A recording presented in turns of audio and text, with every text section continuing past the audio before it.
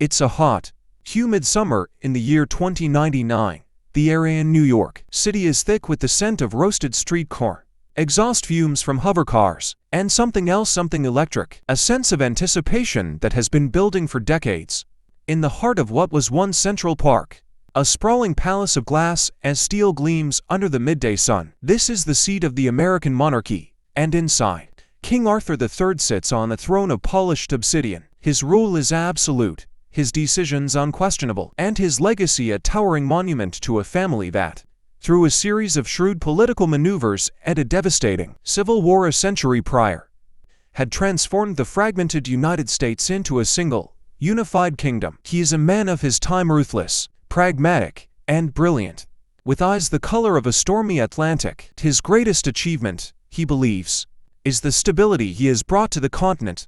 He has crushed all dissent, a price he considers small for the prosperity his people now enjoy. But his most significant challenge, sitting across from him, Prince Edward, his only son and heir, is everything Arthur is not. He is a dreamer, a philosopher, a student of history who sees not glory, but tragedy in the path his family has forged. Edward wears a simple tunic and trousers, shunning the elaborate, gilded uniforms his father favors. His hair, a mop of dark curls, is untamed, and his eyes, a gentle brown, hold a perpetual question. "Father," Edward begins, his voice calm, "the people of the Western Territories are starving. The crops failed again. We need to send immediate aid."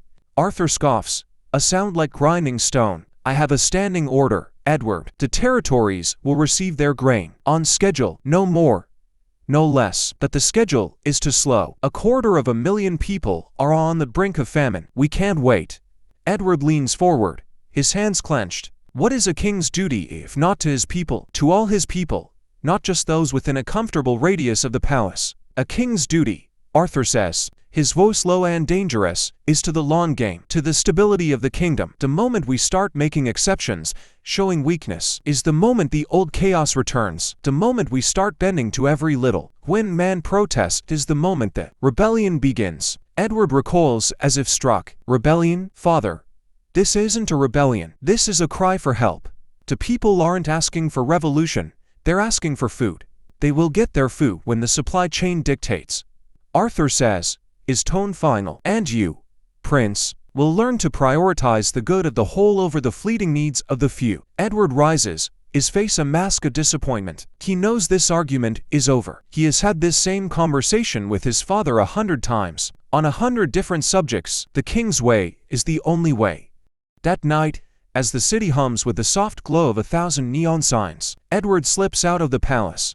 He changes into a simple jacket and a baseball cap, a disguise he has perfected over the years. He uses an old-fashioned subway, not a personal hover car, and travels to a part of the city his father would consider a blighted relic, the Lower East Side. Here, in the labyrinth of narrow streets and ancient brick buildings, is the city's underbelly, a place Arthur's stability has forgotten. He meets with a network of dissidents, not violent revolutionaries, but thinkers, artists, and journalists who operate in the shadows. Their leader, a formidable woman named Lena, has a digital map projected onto a grimy wall. It shows the Western Territories, a vast, red and black blotch indicating severe food shortages.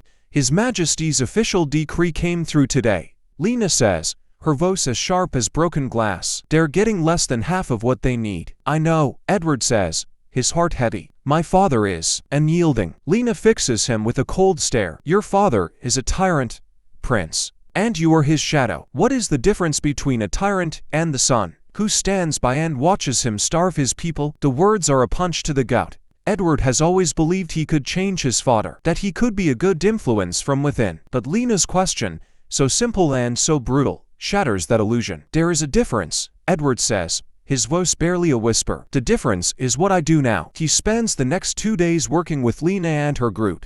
They use encrypted comms and a network of volunteers to create a parallel supply chain, using private airships and old cargo trains to bypass the official routes.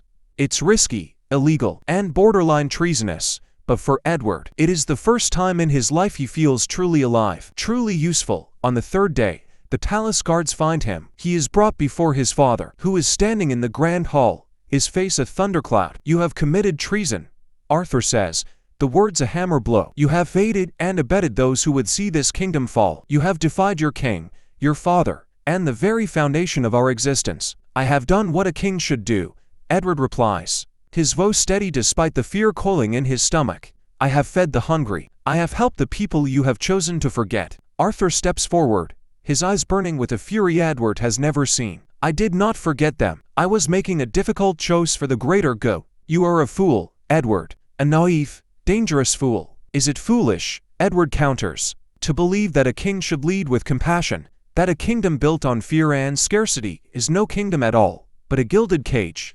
The air in the hall grows impossibly still. Arthur raises his hand, not to strike, but to point at the door. You are no longer my son, he says, his voice devoid of all warmth. You are stripped of your title. You are exiled from this palace, from this city, and from this kingdom. You are to be taken to the Western Territories and left there. Let's see if your compassion can save you in the ruins you so desperately wanted to help. Edward, standing straight, does not flinch. He is escorted away by silent guards, his heart aching but his resolve solid. As the palace gates close behind him, he looks back one last time. He sees not a palace of glass and steel, but a tomb. He knows now that his father is a prisoner, trapped by his own iron will and a legacy that has consumed him. Out in the open, in the desolate, beautiful landscape of the Western Territories, Edward begins a new life. He works the land, teaches others about sustainable farming, and builds a community not on a throne, but on the simple acts of compassion his father rejected. He is no longer a prince, but a man of the people, and for the first time, he understands what it truly means to be a king. He learns that a crown is not an object to be worn, but a weight to be shared, and that true power lies not in control, but in service.